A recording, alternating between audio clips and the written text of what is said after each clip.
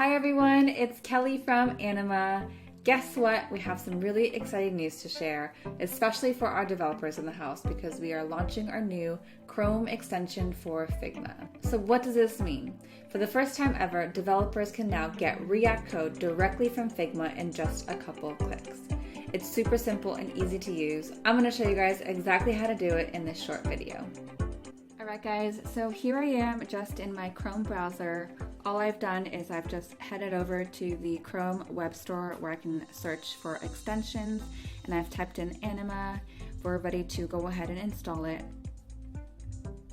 And then all you need to do is open up the Figma project link that you're working from. I'm going to zoom into my design, and let's say I want to get code for this component right over here.